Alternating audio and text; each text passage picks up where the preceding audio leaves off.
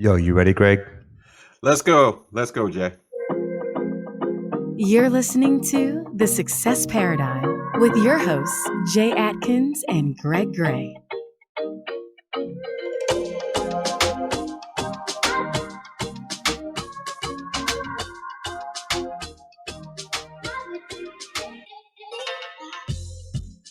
All right. Welcome to the Success Paradigm. So this one is going to be great. This one is really, really going to be great. So we have as a guest today, Mr. Al Sicard. So we're going to do I'm going to do this, the official bio. Jay always has some background information on our guests. So Al, I'm going to give you the one that you really should have, and then hold on for whatever Jay is going to say right after this, where you have no idea what he's going to say. But This I'm sure it's all cool. is It's great. all good. It's all good. Okay. So Al's natural ability to empower others has been the catalyst not only for his personal success, but also that of community members and business associates. In less than 3 years of launching his own insurance agency with State Farm, Al Sicard ranked #1 in national sales among, get this, 17,200 seasoned agents. His strategies for achieving success gained him national recognition, and his insight on business development, sales, and marketing techniques quickly became a commodity sought out by a variety of well-established corporations. Renowned as a professional speaker and recognized as America's #1 insurance coach and guest speaker, he has delivered seminars and facilitated concepts on creating winning cultures to audiences for corporations such as Yahoo, Procter & Gamble, Coca-Cola, Walt Disney, Allstate, and Geico. Al is an active member in his community, his contributions resulting in recognition as Man of the Year for his hometown in Dayton, Ohio. His cultural diversity transfers through a love of philanthropy, social interaction, and a broad range of support for community members around the world. Partnerships with celebrities such as Oprah Winfrey, Dr. Maya Angelou, and Wall Street banker Raymond McGuire to promote scholastic excellence resulted in raising contributions in excess of $1 million for programs such as Read and Rise. Among his many other community support endeavors, Al also enjoys most any opportunity to participate in and promote sports events for youth, and is a member of the board of directors for the YMCA. When Al is not busy contributing to professional development of colleagues, he can be found at the helm of the Al Sicard Foundation, seeking new opportunity to contribute to the social preservation of society through community involvement. Mr. Al Sicard, we are excited to have you here, sir. Thank you. A little embarrassed after that, but That's a nice one, sir. I'm going to tell you, I've read a few. That one's pretty good. That is really good, and I think your biggest accomplishment so far is your 2-day-old daughter that was just born before this bio.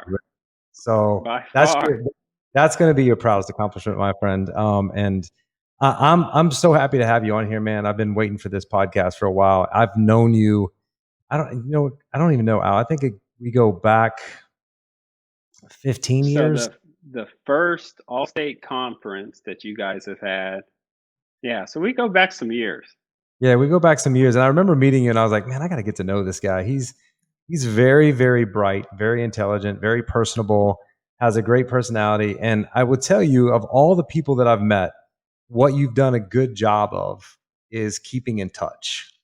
We might lose touch for 3, 4, 6 months, and then all of a sudden I'll get a text from Al out of the blue, and it's usually when I'm thinking about you. I'm like, man, I haven't talked to Al in a while. Boom, my phone dings, and I get a text from you, and it's random stuff. It's stuff about life. That's because I need your help. Yeah, you know what? You used to actually send me business. That's usually when the phone would ring, and then you will call me, ask me a question or opinion. But I just have loved our relationship, and I love who you are as a human being and how you help people. But one of the things you said is you were embarrassed by that bio that was written. And we asked for a bio, and I always find it pretty embarrassing to write a bio too, because you're like, okay, I got to put this in there, I got to put that in there. But you always are undercutting yourself whenever we have a conversation. Because I build you up. I think you're doing really well, and you're always like, yeah, well, I could do better. And that's really why I wanted to have you on here, because you're one of the most successful insurance agents that I know in the business, and you have one of the most successful mindsets that I know. So But I know you've had some struggles, and everyone sees you now living in LA, living the life of your dreams that you've always said that you're going to live. But a lot of people don't know the story that got you to the glory of where you are right now. Probably people on your team, people that work for you, probably don't even know your entire story. And what I want to pull out of you today is where all that story started, where those failures started, and why, where, and how you got to the place that you're in right now, Al, living the life in LA with a beautiful wife, beautiful daughter, a beautiful business. Where does it all start for you? Wow. So going back for me, I have to start with, I mean, just my family, military family, my dad, do chores at 7 o'clock. That means you better be up at 6 prepared. And just taking that into the sports where I think a lot of agents started, where their baseline came from. I was a basketball player, I was a soccer player, I was a tennis, huge in tennis actually.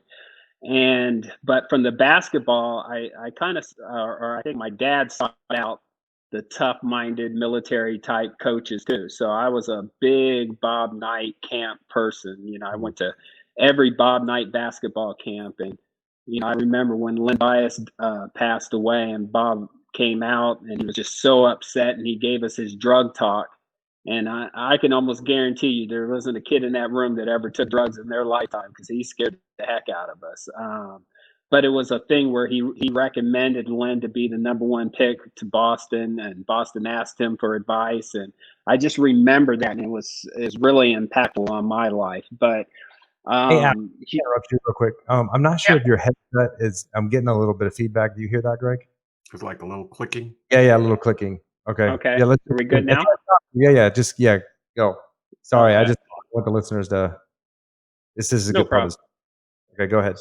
So big Bob Knight person, and just from the discipline, everything, the things you take out of that, just what made such an impact on my life. And when I played basketball, from the camps and everything, the stuff that I learned, I became a top basketball player in the country. And you had the McDonald's games. I was right there, and I got hurt for the McDonald's game. I was pretty upset, but we had a practice that was with Bob Knight again. So he kind of got to see the finished product of myself, in high school. And I remember it's fun. It's like, it's getting together with all the top agents. You get together with all the top high school basketball players in the country. And you got Bob Knight there. And I had a relationship with him. And everyone I remember we're in the gym, and this was a big thing for me. We're in the gym, and everyone's waiting for Bob Knight to show up. He finally comes in. We were running suicides, and Bob, the first thing he said, I want you guys to know how I want you guys to play for me. And so he said, I want you to run one more suicide as hard as you can. And I was like, man, I'm one of the fastest here. I know I am. So I want to win this thing. So we're running anyway, as fast as we possibly could. Crossed the line. He timed it. And he was like, wow. He was like, that's the speed I like. And he said, run the rest that way. Make sure they're under this time. And I was like, what in the world? That was a big thing for me because it's what I do in my agency. I want everyone thinks they're working hard, and that told me, no, you're not. You need a coach. You need someone to push you. And then you'll learn what working hard really is. And that's how I would run basically my agencies. And I'll get into that later. But so I took that advice. I go through college, and I had a huge injury in the weight room. Weights fell on me in my chest. I ripped my pec muscle on my chest. So in college, I was out for almost 2 years with a pillow under my arm. So it was terrible. So now it's plan B. What are you going to do? I was playing at my hometown, Dayton, Ohio, the Dayton Flyers. We were ranked fourth in the country that year too. So it was devastating for me. And but I'm looking at plan B. Okay, basketball is not going to be in it because I'm losing too many years. What am I going to do? And I went to a lot of my mentors who were basically people that graduated from Dayton that are making a name for themselves in business, and a lot of the alumni. And I went to them and I said, what's out there? And they said, why don't you go own a dealership? Everyone knows your name around here, and that'd be a good look for you. And I said, okay, well, let me do this. Now I'm thinking this is going to be some amazing job. I bought the suit and everything. I get in there and I actually got the job. I interviewed well. I was doing a lot of research, everything. I was happy to get the job. And coming out of college, this paid $18,000. And I was like, what in the world? So I'm going back to my dad and he's like, 18,000? You went to college to get paid 18,000? So a week. He was upset. 18,000 a week, right? No, 18,000 a year. Oh, okay. So I couldn't believe it. So I'm in this training thing that, we're going to take, there's 10 people, we're going to take 2 and you can get a dealership. So it was about, you're competing. That's what they basically told me. So I said, okay, it's a 9-to-5 job. I got in at 7, left at 10 every day. I was like, I don't have nothing else to do. I'm single. When you're saying a dealership, what kind of dealership? So like GM, Chevy dealership, Cadillac dealership. Yeah. Okay, wow. So they started you at the bottom. You're almost like you're on the phone, then you would go to the car wash, and then you're learning every part of a dealership.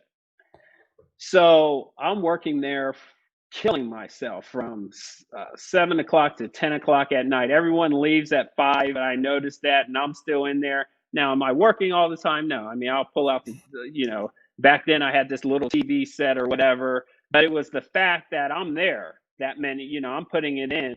And I felt like we introduced a program called the Smart Lease.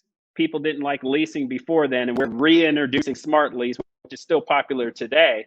And, I knew everything about the program. I knew how to get the discounts, everything. Matter of fact, I'm selling vehicles on the side.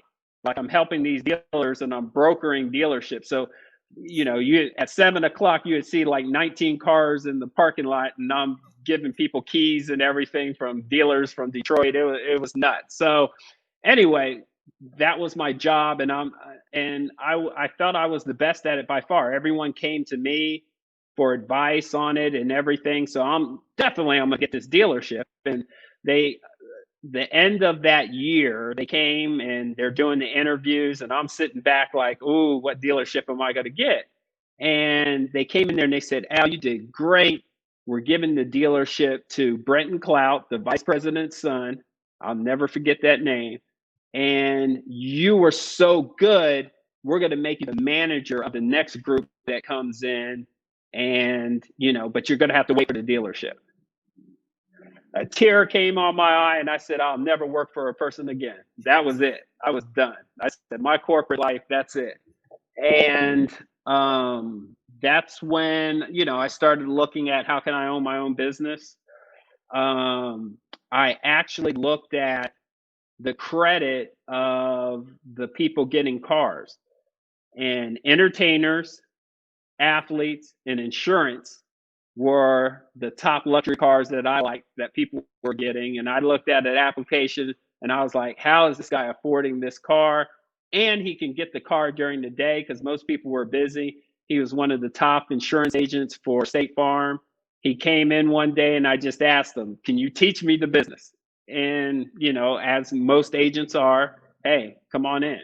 And he spent about 2 hours with me, explained everything about it. And I was just all in and excited. But during that time, you had to interview to be a claim rep at State Farm to become an agent. So I'm going to these interviews and I feel like I'm the best interview. And they're almost like, well, you're kind of overqualified. And I was thinking like, yeah, I'm overqualified because I'm not trying to be a claim rep. I'm trying to be an agent. And I couldn't get in. So my girlfriend at the time, I'm telling everyone this is the greatest opportunity because I heard from this guy you could own an agency, and I said you need to go into it. And she was like, I don't want anything to do with State Farm. And I was like, hey, I'm telling you, it's a great. So I sold it on her. I told her what to say in the interview. She gets in. I can't get in. So when she got in, she mentioned me, and then I got in. And you know how frustrating that is. I was like, now I got to follow her in. So anyway, we get in, and later, this was my first marriage. We got married. So I married her since she got me in. And so, I'm in there, and I said, okay, For the I got to record, do the, what's for that? the record, I married her for Yeah, the record. yeah. So I'm trying to get this agency, so I'm working hard with the claims. I mean, I'm doing everything, same things, working more hours, trying to perfect this thing. And she gets promoted. She leaves early all the time. She gets promoted. Now, beautiful girl. I understand they want beautiful people in HR, so she got promoted. But it's embarrassing when you're married and you're in a cubicle and you go see your wife in a big office. It's very embarrassing. And I'm a competitive person, so this was horrible for me. I mean, it was just terrible. So, to deal with that was just I mean, I was almost angry, where to the point where I was like, here's my game plan to get ahead of her and to get to my agency. And I remember I had to ask someone to get to a a management position within State Farm. It was called a specialist at the time, and you get to help the agents. So I finally got there, and I was helping all the agents in the area, learning the good and the bad from agents. That was my the guy that got me in again. His name back then, Frank Rashevsky, and he said, "Hey, I want you to learn from these agents and these agents only." And there was one agent that was historically the best at State Farm, and his name was Brian Young. And I went into classes when he would speak to all the new agents before they went out. They'd bring them in, and that was my favorite time. Like, wow, he's teaching them the best practices and everything, and I'm in here early, so I'm going to take this stuff and I'm going to learn this stuff. And I eventually finally got my agency. It was tough because everyone expected a lot from me, because all these people that helped me, and I expected a lot from myself because I wanted to give back to them, not let them down. And it was everything you learned from Bob Knight to my dad, and just putting all that into having that fast start. And I remember telling my people, look, we got to have a fast start, and what I want to create is this perfect day. And if you can imagine this perfect day in agency where everything goes right, you close every lead, you don't miss a call, you're happy, you're energetic, you bring all the energy. Just give me one day of that. I know it's exhausting. And we did, and we had a sensational day. I remember we did like 27 apps in one day, and it was just crazy. We're high-fiving and everything. And I said, guys, we can do this again and again. I just want you guys to work hard for 90 days. That's it. If we can do this for 90 days, we're good. And the only thing, a day in my office is 9 to 1 o'clock. From 2 to 7 is the second day. And they were like, what is he talking about? And then that's where we became, a top agency. And that 90 days, we produced more apps than anyone in State Farm history. It was great. And then I said, hey, you guys, this 90 days, I know I said that this would be it, but we can never lose. We can't go back. So we got to beat this 90 days every time. And that's where it came from. It was all stuff I felt like I got from sports. And that's how I've always ran my agency. One day we're going to make 2 days. We want to compete. We want to beat everyone. To me, it creates a culture in your office when you're doing stuff that's just way more than anyone else. And that's what I wanted them to feel. And I told every one of them, I know you're not going to last long in my office. So within 2 years, I'm going to get you your own agency. And that's where I felt my biggest accomplishment was those 6 team members I started with were within the 4th year, the top 10 agents in State Farm were all 6 from my office. And that was just amazing to me. And one girl in particular was sensational. And, we're going to the last month to try to be number one in the nation. And when you're in Dayton, Ohio, you're not supposed to be number one. You're not supposed to beat a Texas agent or a New York agent. And there's a New York agent that was above us by a lot. And we were great at renter's insurance. And we would go to complexes all over the place, and we would try and do everything for them, lunch, everything, build the relationship. And their biggest problem was, hey, when people get it, they like to drop it. And we worked with our underwriters, and we were able to put something called notification only on the thing, where basically if they drop it, the apartment complex was notified, the manager. They get these letters like, oh, this person dropped, and go, and so they know if you drop, which kept the retention up. So it was perfect. It was a win-win situation for everyone. Well, in December, we're back about 270 apps. I get a call on December 19th. And the girl says, Al, we did an audit of our place. Is there any way you can make sure these people get their renters on, or they got to move out? And I was like, when do they got to get it on? Well, by the end of the week, by the new year, they're out of here. And I was like, really? How many do you have? 420. Wow. 420 apps. We're number one in the country. I mean, just everything changed. And I remember a agent called from New York, and he said, man, I got 27 staff. You guys have 6. How in the world did you beat us? And he called one of my team members, because I never took calls. And she said, well, there's no staff here. We're all agents. And I was so proud of her because of her training and everything. I couldn't believe she said that. That same girl, she was 19 at the time. She goes to interview, and I called down. I said, this is a favor. I know she's young, da-da-da. My friend, who is an executive, was like, this girl looks 12 years old. You're embarrassing me. I was like, it's her first trip on a plane, hotel. Please let her interview. She goes into the interview, and she says, hey, I know everyone's going to come in here and tell you what they're going to do and how they're going to do it. The only difference is I've already done it. She got the job. And that same girl at age 26, 1.6 million a year. $1.6 million, 26-year-old. I mean, so those are the stories that I'm passionate about. I'm all about when people ask me about, how many apps you done and this and that. I talk about 260 of my team members are now agents. That's all I care about. And then everything else takes care of itself. And so that was my satisfying moment, coming from an $18,000 job to be able to do that. And it was a powerful thing. But I'll tell you, Jane, I know you can relate to this. The toughest thing, when you talk about the struggle and everything, was when you make it.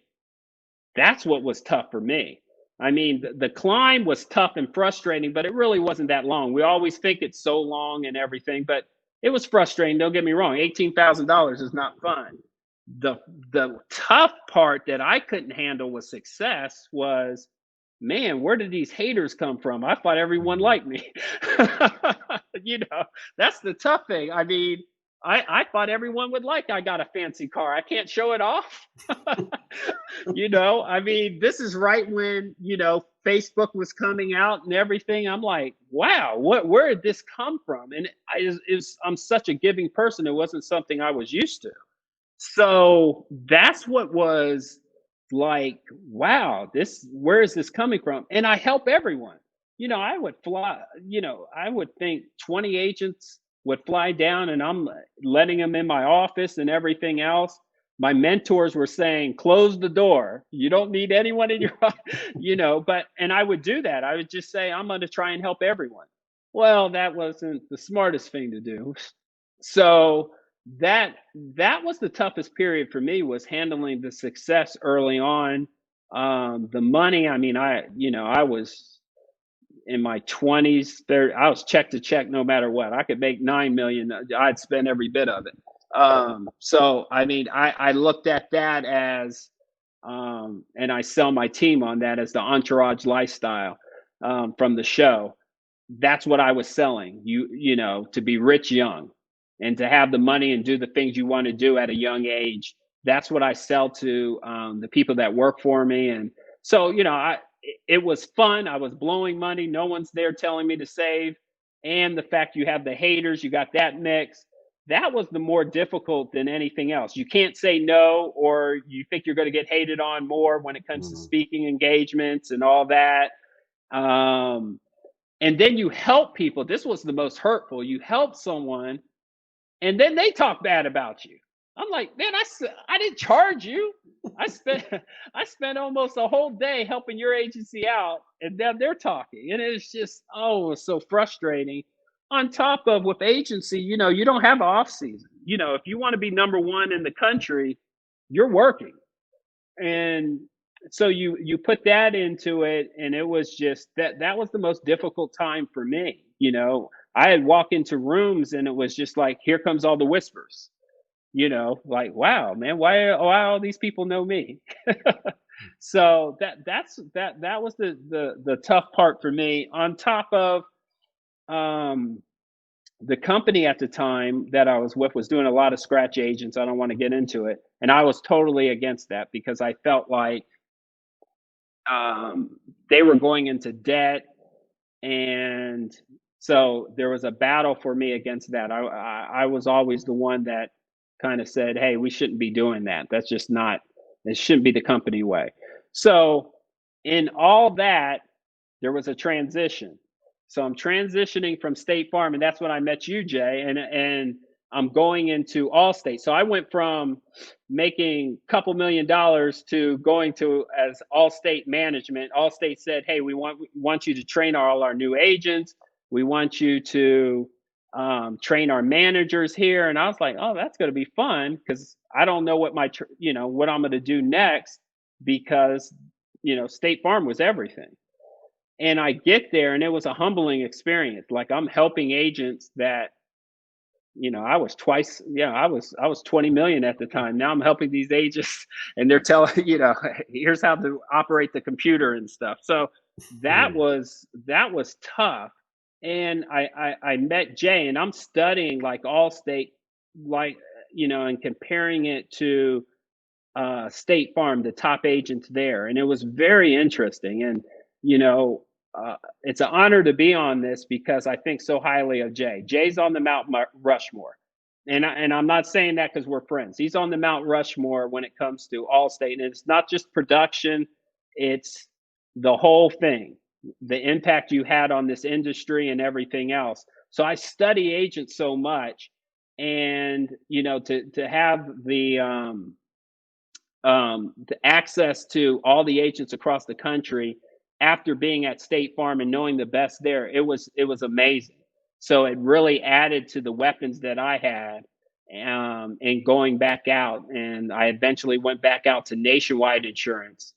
At the time, they were new business 17.5%, renewals 15.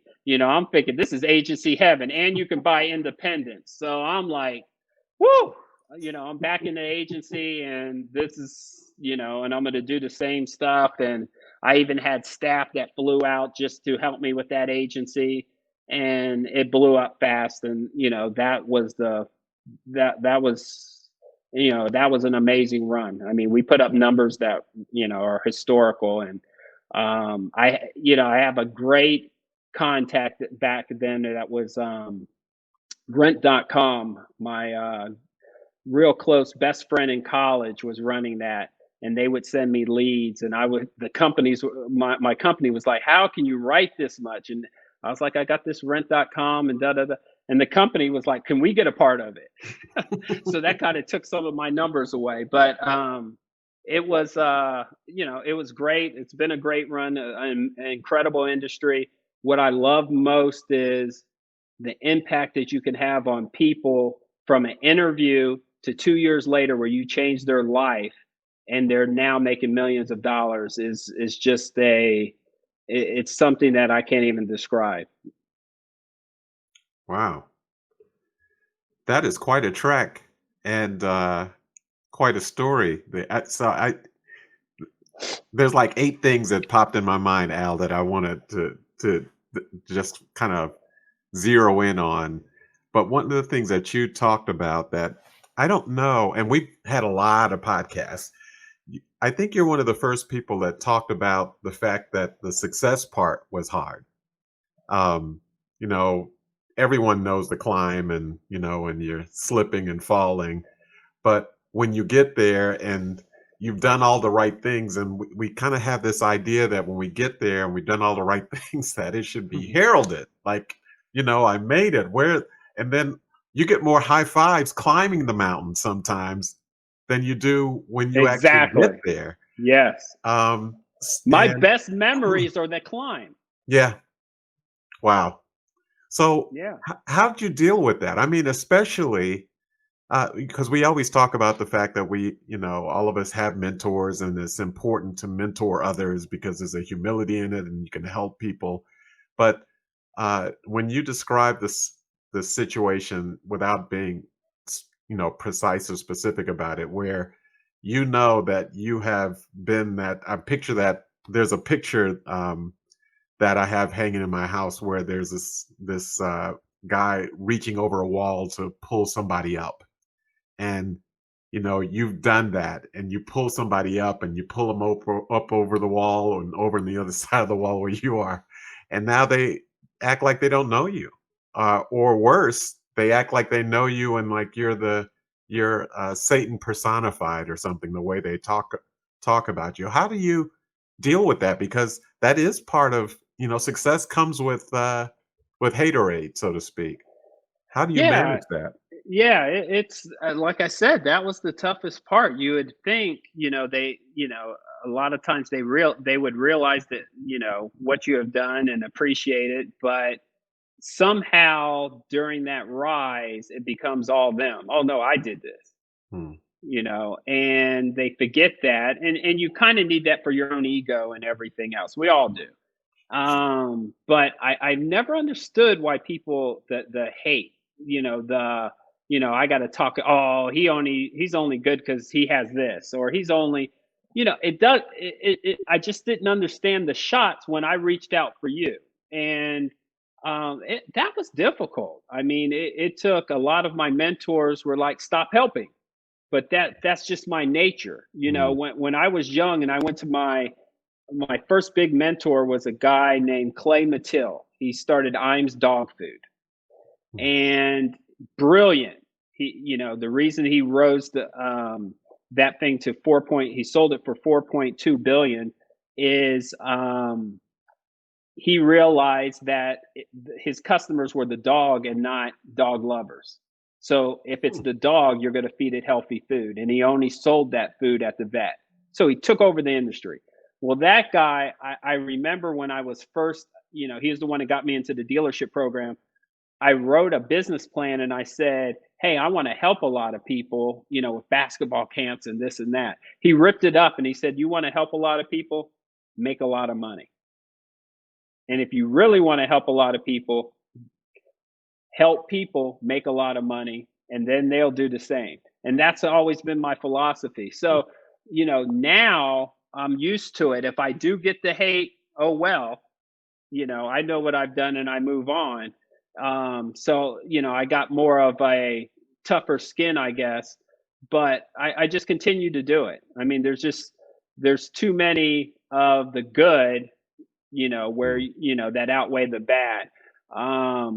So it's just a beautiful thing. You got to, this insurance business with the renewable income, renewals, and, the quickness of the amount of money you can make is very unique.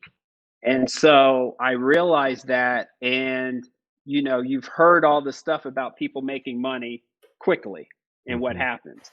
And so people go through that. So those same people that did hate, they sometimes come around, Right. so it all works itself out. But that was my toughest, when you talk about the climb.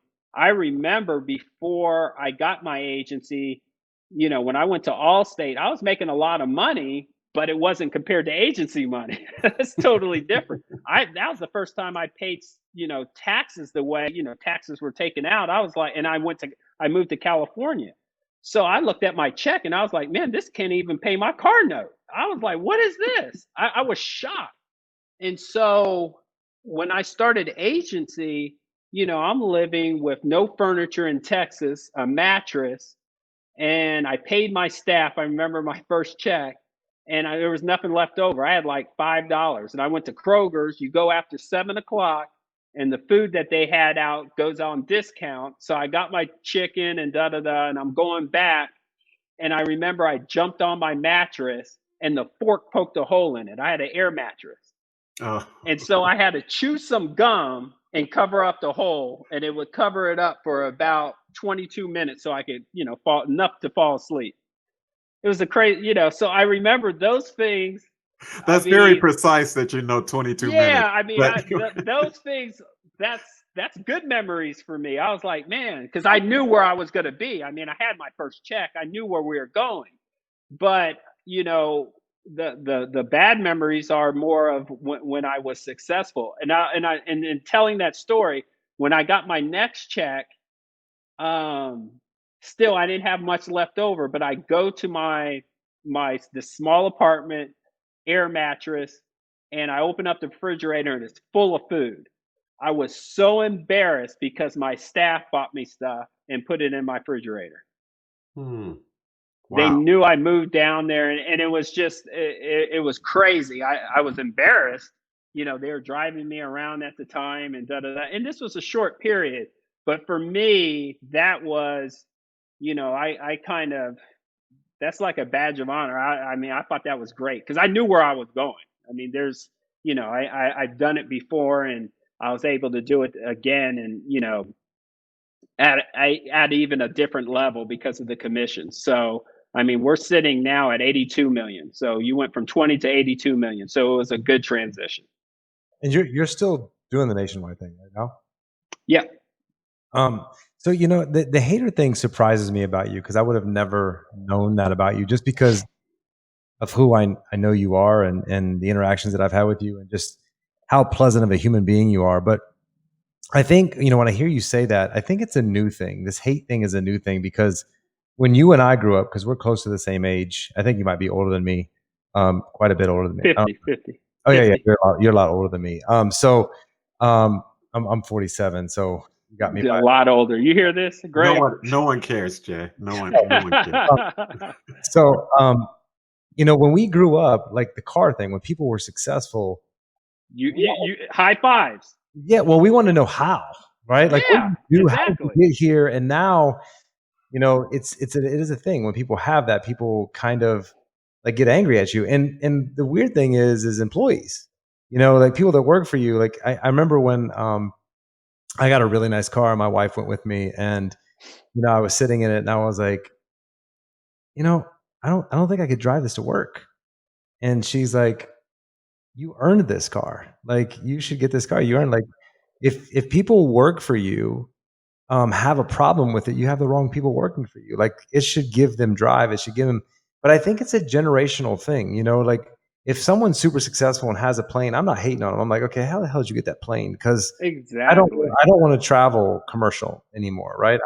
So I'll do whatever. What did you do? So I think that's what success now. When people see success, again, they don't know the story. They don't know what they didn't know that you popped your air mattress with a fork and you put all your money back in your business. You hired, like, people don't know that part. They only know what they see right now. And I think people listening to this, if you haven't had success, be careful. Like for me, I know every time we get on the phone and I hearing you talk about 80 million, like, I've got a phone call planned on my calendar right now when you were talking, like, okay, I need to talk to Al again. Like, what the hell are you doing? Like, what's the nationwide contract look like? Like, I need to understand. Like, I'm not hating on you, dude. Like, I know you just got a nice yacht, you got a nice house. Like, I want to know what you're doing and what's working for you. And I think, people are afraid to listen to things like this because it takes work, right? It didn't just come to you. You did a lot of stuff to get there. So I think that's what's important. And when you go to hate someone, you don't know what the last 50 years of their life was, or the last 40 years of their life was, or even the last 25 years of their life. So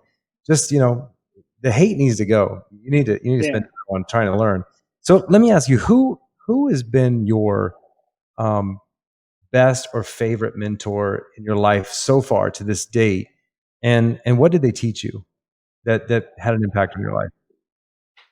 Wow, I had so many. Like mentioned Bob Knight. I mentioned Clay and the money thing, which is very, very true. And I'm glad he kind of stopped me there and said, make a lot of money to help people because that's a big thing for me. Um, Raymond McGuire, and you guys are going to hear this name more. He's probably going to be our next president. He's going for mayor in New York. He's a big Wall Street titan. He's a bigwig, but you're going to hear his name more. But anyway, with him, um, he was just amazing. And what got me was how he always the continuous learning, and you hear that, and you're like, well, you pick up a book here or whatever. I mean, I'm at 22 books a month. And do I read all the books? I'm the king. This is called my nuke. I always talk about the weapons, gather weapons as an agent, and this is my nuclear bomb right here. Is I'm giving it to everybody. Is the book summaries. I'm on Get Abstract, and there's a booksummary.com type thing, and I love book summaries. And I just want to know, what's the most important thing that I'm supposed to get out of this book. And I take these things, and he basically taught me this, and they become weapons. And I use them every day just on top of helping my team members. So you got to realize I'm getting more information. So if I'm at State Farm, I got all their information. I'm on the board, everything at State Farm. I'm Mr. State Farm. Then I go to Allstate, and I'm on the management side, and I'm getting all that information. Then I'm at Nationwide, and I'm getting all that information. On top of 260 of my employees, I'm helping start their agencies. So I'm seeing everything from, Geico agents to I see the whole gamut. And so when you look at my agency Front Run, I don't have people in my area. I look at the top agents at Allstate, the top agents at State Farm, and mostly right now the agents I'm competing against are the ones at Geico. They're in my bracket of producing 2,000 plus a month. So that's what I like to look at, and I'm pulling this information in and trying to sort it to help my team members. See, the main goal is to help my team members. That's how I look at it. So if I'm yelling at you like Bob Knight, remember what the goal was when I hired you. I'm making you a successful agent. So I'm teaching you. It's all about you. It's not about me. Now, the effects are, if you want to get that agency, you better be able to put on that resume that you are sensational in the seat in my office. And that's what I'm going to teach. And so it just all comes together, and it's been working so far. But when you talk about where am I getting the stuff, it's so many people, but Raymond has to stick out. I worked with Oprah Winfrey on the Read and Rise, Maya Angelou, which was almost a spiritual thing for me. I've never seen anyone in my lifetime work as hard as Oprah. I mean, to have that much money, but yet have that type of work ethic where you can go 4 days without sleep. I've never seen that. It scared me. I didn't think it was healthy. It's kind of that thing where you're like, I know I can't compete against that, and I wouldn't want to. It didn't seem healthy to me, and I think LeBron's the same way. I mean, it's just some people have all the gifts and they're addicted to something where it's just that type of work is different. That's at another level, and I'll stay in my lane. I enjoy for my level. But yeah, I mean, I take everything, and the biggest thing was Raymond was bringing in those book summaries. Guys, I can go through 5 books, 6 books in a week easy. So, I was, when you were talking about the putting together one good day at the agency and then 90 days. And then, I know all of that ties back, or a lot of that ties back to that, when Bob Knight put you guys on the line and said, run your fastest suicide. Yes. I don't know if it was born there, but it was certainly modeled in that moment. Yeah. And it reminds me of that thing that all of us have seen at some point in time where people say, well, raise your hands above your head. Now raise them higher, and everybody can raise them Exactly. higher. And that what you've just proven to your team, and the same thing that Bob and I proved to you, is what your max looks like. And so if you can do that, when I put you in a particular situation and say, I want your fastest, why wouldn't that be the way you run it every single time? Is kind of what I'm getting from that. So how do you get people, because I know how you did it. You're very competitive. It's kind of the way you were raised and the way you played and everything. But how do you I'm just imagining when you put together that perfect day that you were describing and your team had that moment, and that it just had to be close to euphoria, and then you said, okay, so you're going to do this every day, and they were like, what? You want me to do that like every day? How did they respond to that, and how did you get them to live into that? It actually was easy because what are they now? Successful. Right. That now they're on a high. Now everyone knows them. They're getting phone calls from other agents, and I can't believe. I'm like, what's this conversation you're having? Oh, it's an agent down in Texas. He wants to know. They know his name and da da da, and they're feeling good about themselves. Like, this is the biggest accomplishment of my life. And guess what? We're going to double it now. And now we're going Mm. to do this. And so it's all these outrageous things.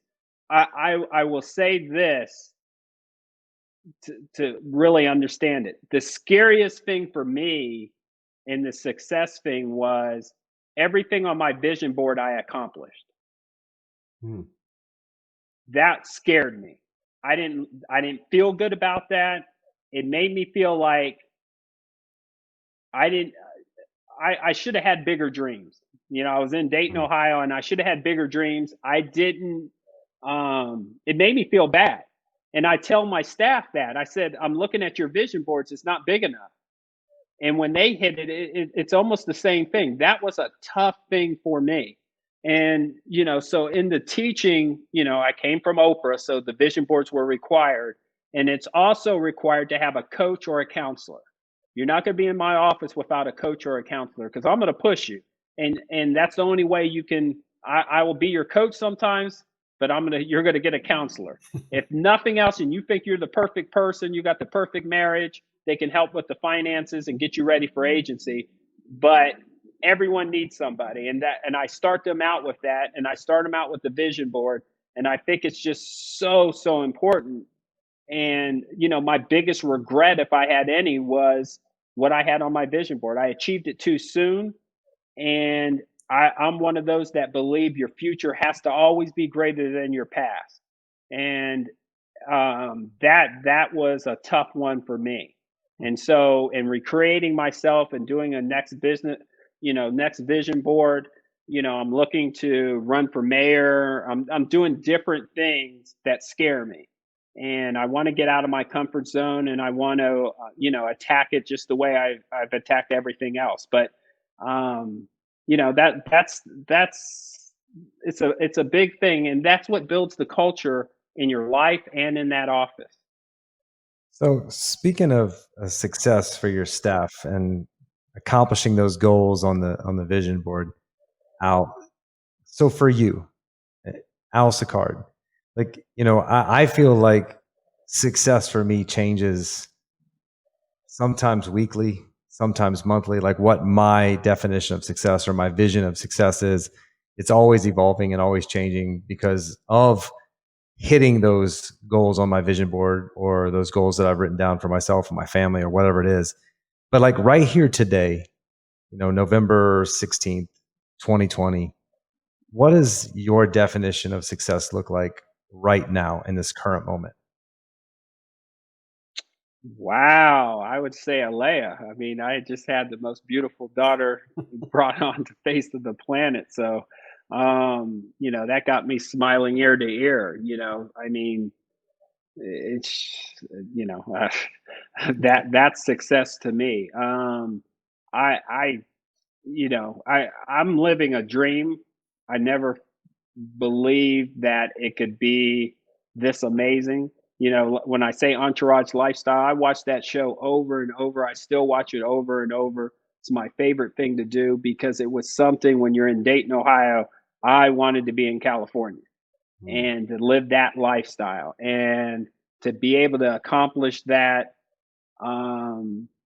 is everything to me. And it's still like I pinch myself every day, like, is this really happening? And so, you know, I just appreciate everything. And I'm just, you know, again, the future's even brighter because I'm just looking for more and more and more. And, you know, with my daughter now, you know, we got to create that new family vision board. And, you know, my staff's probably more excited than me. So, you know, it's a fun thing. The one thing I want to say about team members, because there's a lot I can't really put out in the public, but you know, I run my office without me being there pretty much. And what I tell my staff is, would you rather me killing myself every day and that's what I'm telling you I want you to be, or living the life that I'm living in LA and doing the things that I'm doing? I don't hide that stuff for my team members. I want them to know because that's what I'm trying to get for you. And I'm being sincere with it. I want you to have that exact result. And I think a lot of agents get it wrong where the more power you have, the more power you give away, the more power you have. So even the top agents, a lot of the mega agents at Allstate, they love to work in that office. They're hurting the office more by working in the office because someone else should be doing the things that they're doing and moving themselves up. And they're not. And that's one of the biggest mistakes because they love that insurance thing so much. They're not supposed to be doing those jobs, but they're doing those jobs. And it's leave it alone and look at it. Oh, I'm gonna go a little bit more specific, Al, on this definition of success. I know success meaning your daughter, but like, what's next for you? Like when you wake up in the morning, you're like, if this next step, if I could do this, that's that family vision board, whatever it is, what is this? Like, I heard you say mayor. I heard you, like, so what is next? Well, yeah, I got pretty sick of what was going on with the elections and everything, and I want to do something in my community, so I want to do the mayor thing. I want to see if it's going to change me. I doubt it because I don't understand how these people are looking out for themselves and doing stuff that's harming the nation. So that's a personal thing. But so when you define success, it's just I I think everyone has to have achievement in their life at all times. You can't stop. The worst word that I've ever heard, retirement. What is that? I don't even understand why someone would be like, "Oh, I retired at 40." I mean, well, I feel bad for you. I mean, why? I don't understand that. I mean, what are you going to do now? What was that? So, I success for me is happiness. It's freedom. It's achieving things. What I'd like every one of your viewers to do is to sit down and write down the most successful things that have ever happened to them. Could be anything. And why did they feel that, or how did they feel during that time? What took them there to get to that? If you write that down, you start to learn about yourself and you start to live in the present. And I'm always like, this is the greatest thing for me. I met Jay, like I said, I have him on my Mount Rushmore. And for him to say, I want you on my show, though, I'm not an All-State guy. I didn't grow up in that community. That's huge. And so, these are the things that being away from the business and looking at it, how can I make this person successful, this person successful, what are they missing, this and that. You're studying yourself too, and you're adding stuff. And you're always having these conversations. And so I think that's a powerful thing. Coming from you, you saying that, man, that means a lot, really. I appreciate you knew you were on there. Greg, man. No, I'm serious. I mean, listen, I respect you, man, for what you've been able to accomplish. And I mean, for people that aren't in the insurance business, building, acquiring a $80 million book of business is in the top 1/100th of a % of people in the nation. So not like in the top 10%, but top 1/100th of 1% in the nation. I mean, there's very, very few people. I don't have that big of a book. So there's a lot of respect for you. And there's, people commenting on here now that you've helped them from from State Farm to become Allstate. I mean, so I just want to thank you for that, because this podcast is not about me, but I appreciate you saying that.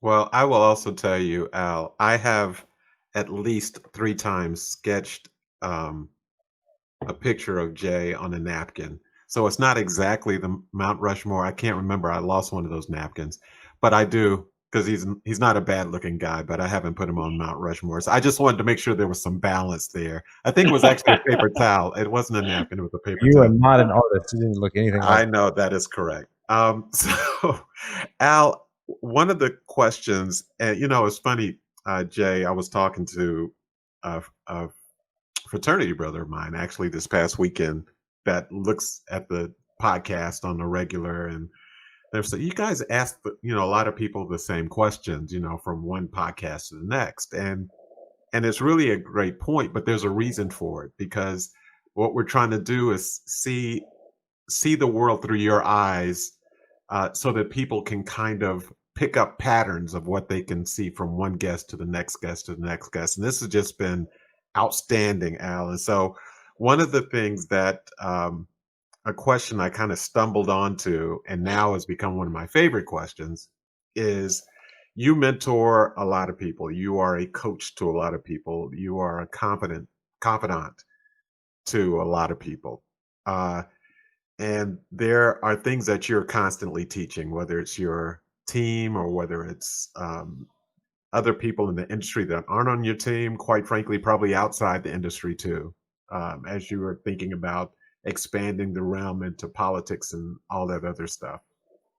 So what are the Sicard thought processes or coachings that Al needs to listen to from time to time that may get away from him? So you're teaching all the time. What is it that that if you sat down and said, you know what, Al, you told a whole bunch of people to do X, Y, and Z. I'm going to need you to focus on that same X, Y, and Z. Well, that's the boss in the house, my wife. So. Okay.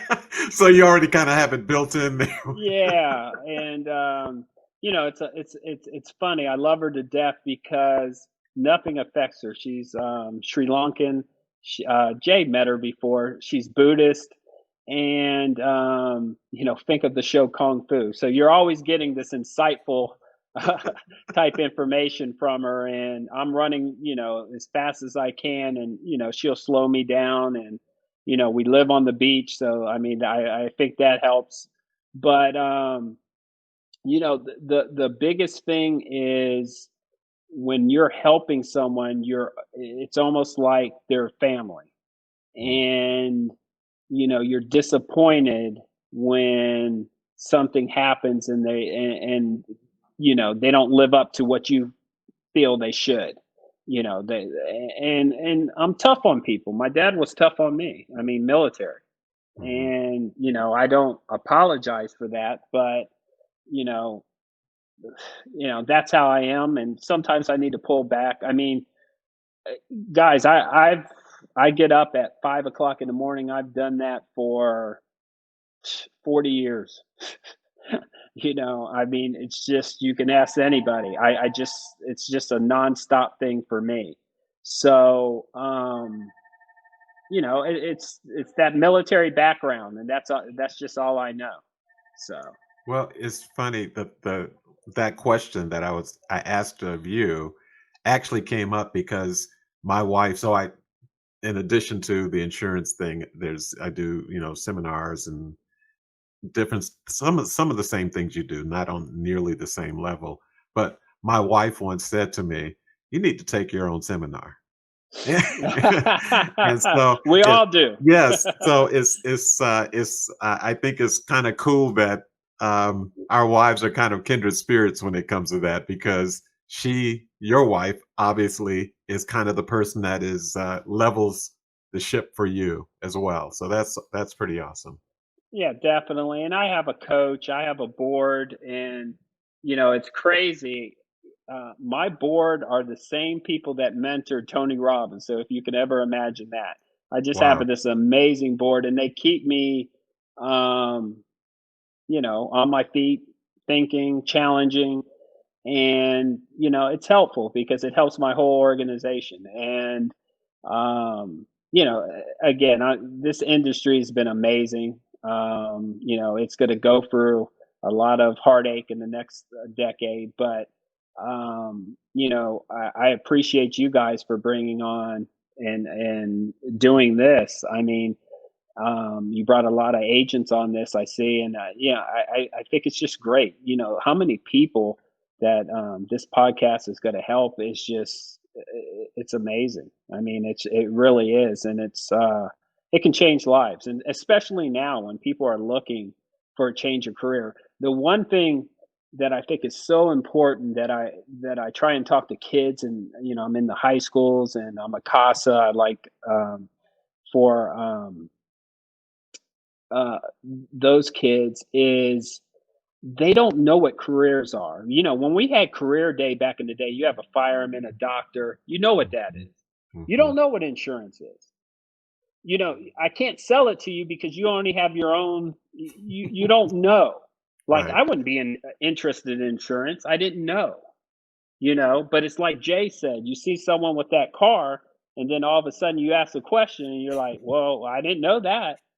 I still to this day have people that come into or see me on the street come in, and they're like, "Al, why are you doing this insurance thing? I can give you $200,000 a year, and you can work for me. What do you think?"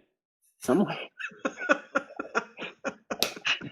dude, you know, I mean, still to this day, because people don't know our industry, and it's funny to me, but yet it's kind of sad because we don't have the best yet in our industry, because they don't know, and things like this, people need opportunities, and this is a quick one, man. This is an easy game.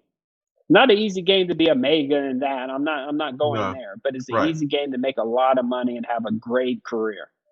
Well, most people aren't willing to do what it takes, though. They're not willing to do what you did and take the risk and, sleep on an air mattress, sleep in their car, do the things that we do. I mean, it's They're gonna have to nowadays. yeah. Well, and the thing is It's I changed. I definitely didn't grow up and say when I grow up I want to be an insurance agent. That was nothing that ever came out of my mouth. Exactly. But I did discover, the reason I'm in the business is because, I worked for Allstate as a manager, and there was a Texas agent that showed me his check, and his 1 month check was as much as my annual check, and I was just like, okay, maybe I am doing, maybe I am doing the wrong thing. Maybe I need to look into this opportunity. So, and it's a great business. I mean, it's an ever changing business, but it's a great business, and there's a lot of problems, but there's a lot of opportunities too. So one thing I know about you, and the reason you do what you do, because you don't have to speak, you don't have to do those things, you don't have to run for mayor, but you like to change things. But I also know that legacy is pretty important to you, and now with your daughter, it's going to become more and more important to you as she gets older and she sees you on stage, not literal stage, but stage of life, and what you represent. But you know, if you could leave three things with people on this podcast, and or when your daughter gets old enough for her to leave your legacy that you would want to be known for, words of advice or words of wisdom, what would that be? Wow.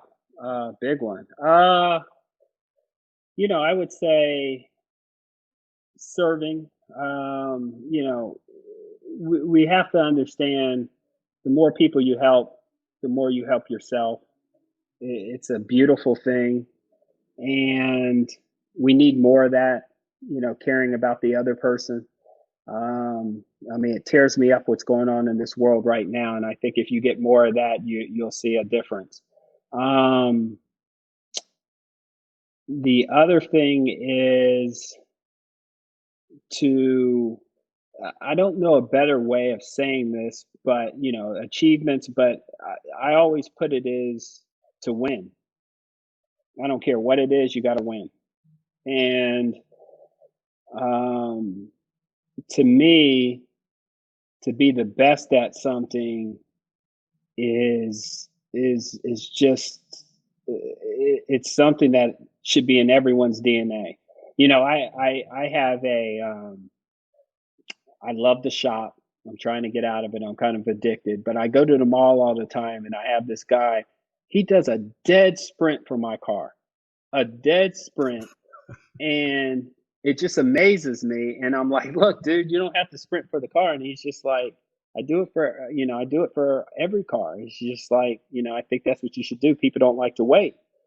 And I said, man, you just have an amazing attitude. And I tip him a ridiculous amount every time. And I just feel that he's the best at what he does. And I tell him that. I mean, he's the Michael Jordan of this. He's the best at what he does. And to see with all the changes now that he's a manager of the whole ballet. And, I wrote a letter to the company and they even put him up, the letter had an impact because he got moved up again. That's stuff that, I don't care what you do, you should want to be the best at it. And, that's something that I want to leave. And the last thing is, I think people don't understand how to live in the present, how to explain that, how to get that across. I have different projects on how to do that, but with what's going on, hey, you're not promised tomorrow, And for me, this podcast was everything. I'm not gonna lie. I was like, man, this is neat. Oh, look, he posted this. This is crazy. I get excited for that stuff. Now, I've been on a lot of stuff. I've done Oprah, man, but I was so excited to do this with you two. This is it's great. I mean, it's great stuff. What you guys are doing is amazing, and I mean, just the information you have. I could just imagine the what you guys discuss afterwards. It's incredible. Yep. Wow. So you're getting ready to do the rapid fire questions. I know, Jay, because I know what part of this is. But I just want to. I don't have a question. Just have. This is a moment of gratitude for you, Al. So you and I've been thinking about it, and it's funny. You've been sharing so much, but my mind keeps circling back to this thing that because you just challenged me in a way that I don't remember being challenged. And I just want to elevate it. And because I don't know how close I've ever gotten to that perfect day that you were talking about earlier. Yeah. I've had some good days, but when you said, I want you guys to, I guess you were talking to your team members, I want you to put together a perfect day. And that day starts when you wake up with your wife. I love you. I'm telling you, it goes to everything. Yes, that's exactly where I was going with this. That let's froze have me. that Brady Bunch day. Let's get back to it. Let's get back where you're playing football and you tackle someone hard and you laugh about it instead of a fight.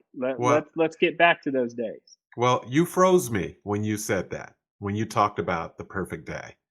I've had perfect parts of days, but and I'm probably not alone in that. Like I've had a perfect call, or I've had what I thought was a perfect speech, but to have a perfect day, that's a completely different paradigm. And and this is the success paradigm. And I mean, you dropped an elephant in my lap, man, when you said that. And yeah, it makes you think. I created that almost 20 years ago, and they had it. State Farm did it for the entire company. Everyone had a perfect day, so we had to live up to it. We started our day at 12:01. We were in the office, and it's just I've done it so many times now, but it's a fun thing, and it's something you can do in your personal life too. It just what's right and wrong. Yep. You just know it. Yep. Now, do you have the energy to take that step every second of the day? And that gets you to start to live in the present.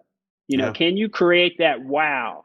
Can you get on that phone and wow that person every day? Because that's how I bonus in my office. Can you create a wow? If that person writes you a note, if that person says, wow, this was an amazing call, hey, you're getting a check from me.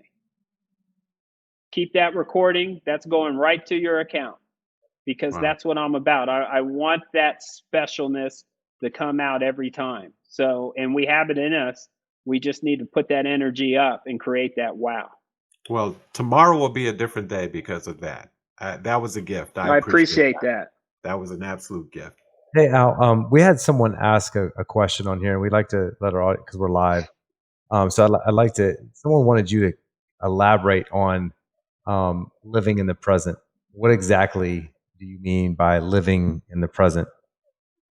Like this is on my list of happiest days. I mean, being on this, I'm feeling it now. I'm like happy. I'm like, your energy's up. Something happens in your body where it's like, I remember in basketball where you can never miss. So that feeling I want all the time. And when you live in the present, you get it more times than not. And so, you know, when I come to the room or enter a room, because the temperature is going to change. And I think everyone needs to be that type of person. At least I try to be. Yep. Not a thermometer, a thermostat. Yes. Love it. Nice. All right, so I'm going to ask you a couple quick questions. You had mentioned reading 26 books a month and going through the summaries. What's your 3 favorite books that you've ever read that you've had the most impact on you? Oh, Funny you should ask. funny you should ask. What is it? Psycho-cybernetics. Yes. And what's that about? Happiness is a habit. And So what? happiness is a habit. Wait, so the first book was Psycho what? Cybernetics. Cybernetics. Okay. And then Happiness is a Habit. Yes. It's a cool title. And what's the other one? The E-Myth. That's a good one. Now We've heard the that one. original book, not the new change stuff, but the original book. It's been introduced to the insurance industry several times. They've spoke to all the companies in the insurance. No one really follows it, and that's what I try and teach to agency owners. Look but don't touch. The more power you give away, the more power you have. You're taking away the fun from your team because you have the ego of wanting to be the captain of the ship.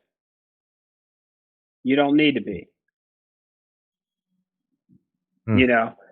When I had a call that, hey, we beat your agency in New York, and I was like, I don't even know the address of my agency in New York. You beat my manager.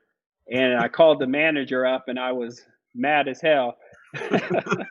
But it's just funny to me that this person's goal was to beat that agency, and it's my manager down there.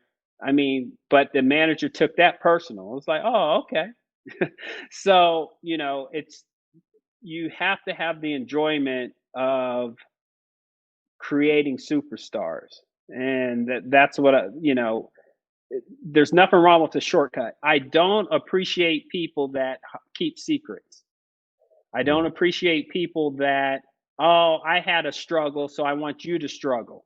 No, that's not what it's about. I cut down these trees so it's easier for you and you can take it to the next level. That's what I love about Jay. He gives his information out to so many people, so that's big. I went to Jay and I sent him a person that was really in need, and now he's one of the top agents at Allstate. And I told Jay, I said, hey, you're not wasting your time with this kid. And now, Allstate recognizes him. He's on the advisory board. That's enough. You change someone's life who is now changing other people's lives. Okay. Yep. I mean, think about that now. That's an important thing because there's students out there, there's kids out there that are not getting this information. You want to give him a shout out? What's that? Paul Bannister, my man. No kidding. Another guy who spent a little time on the court, huh? Yes. You know us athletes. Yes. Well, sorry, Jay. I don't know if you're an athlete or not. What are you trying to say, man? What are you trying to say? You know, I mean, hey. I play all sports. I just didn't play at the collegiate level. But I also ain't never dropped no weights on my chest either because I've been kind of strong. Okay. I didn't have it. I would tell too many people about that injury if I would. Oh wait, it's on the podcast. I forgot. So, who have you followed this year on YouTube or Instagram or Facebook or someone that's been an influencer for you that you like what they're doing? Ooh, did I like what they're doing?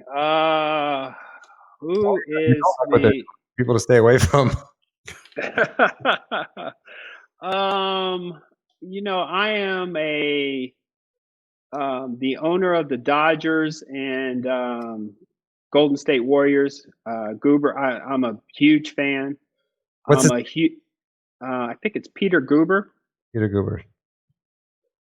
And I would have to go from there to. I'm a big fan. Now I'm going to put out a name that I consider the greatest insurance agent of all time. And I don't know if his stuff is still out there. I got it, and I don't want too many people to have it. But Cosmos Conti. And that's a way back in the day guy. But his stuff is still relevant today. He was able to do it on the East Coast and the West Coast. And I typically read a lot of his stuff because it's based on the team members. You could take a team member from my office and they probably work harder in an hour than most do in 8 hours. That's a problem. And you won't know that until they work in your office. Then the light turns on like, man, these team members have been lying to me that they were busy. It's Parkinson's law.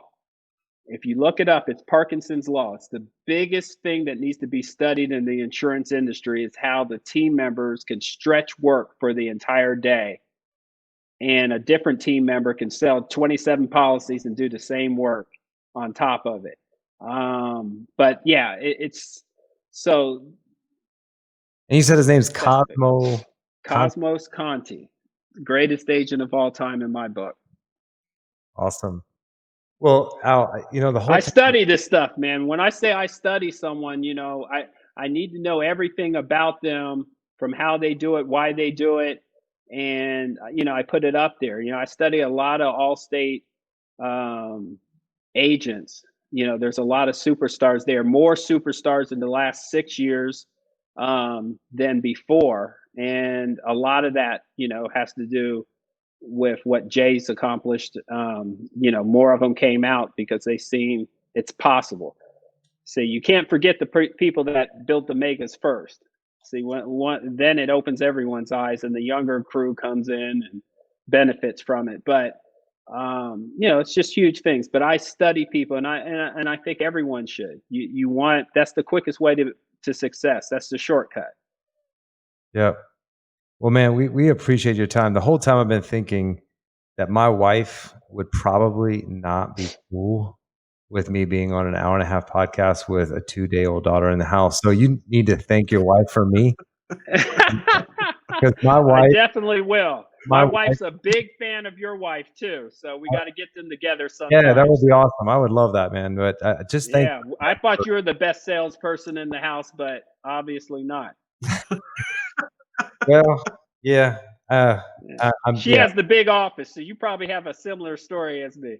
That's right. Yeah, she wears the pants inside the house. So I've just learned after 3 marriages that that's probably a good way to go. So yeah, she's awesome. But I just want to thank her for allowing you to do this, because this is a critical time. So thanks for doing that and being present with us, even though you got a 2-day-old in the house, man. I really appreciate you. I appreciate your time. I appreciate your friendship, man, and just You're my knowing man.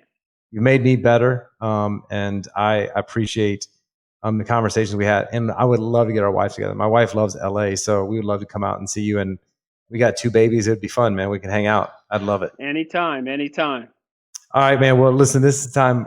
Actually, we're writing a book too. I say this at the end of every podcast. We're writing a book called The Success Paradigm. And from all of our podcasts, we're going to take all these takeaways. Or is it okay to mention you in our book? Anytime. Okay, awesome. Yes. So your takeaways, ingredients for Al Sicard's success. Sports coaches and mentors are important in your life. Coaches and mentors are supposed to push you. You should outwork everyone. It's easy. Most people don't do much work. Always ignore the haters. Celebrate people's success. Make a lot of money, but more importantly, help a lot of people make a lot of money.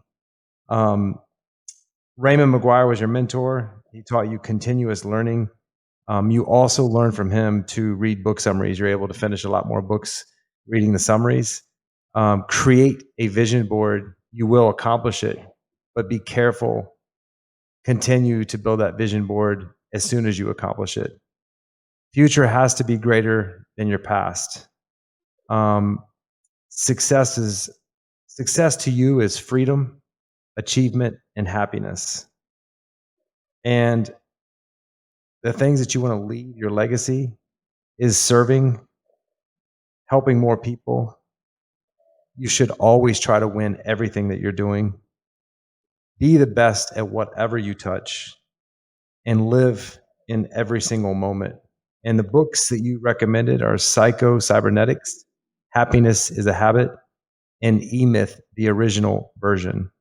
And also, you think it's really, really important to not keep secrets.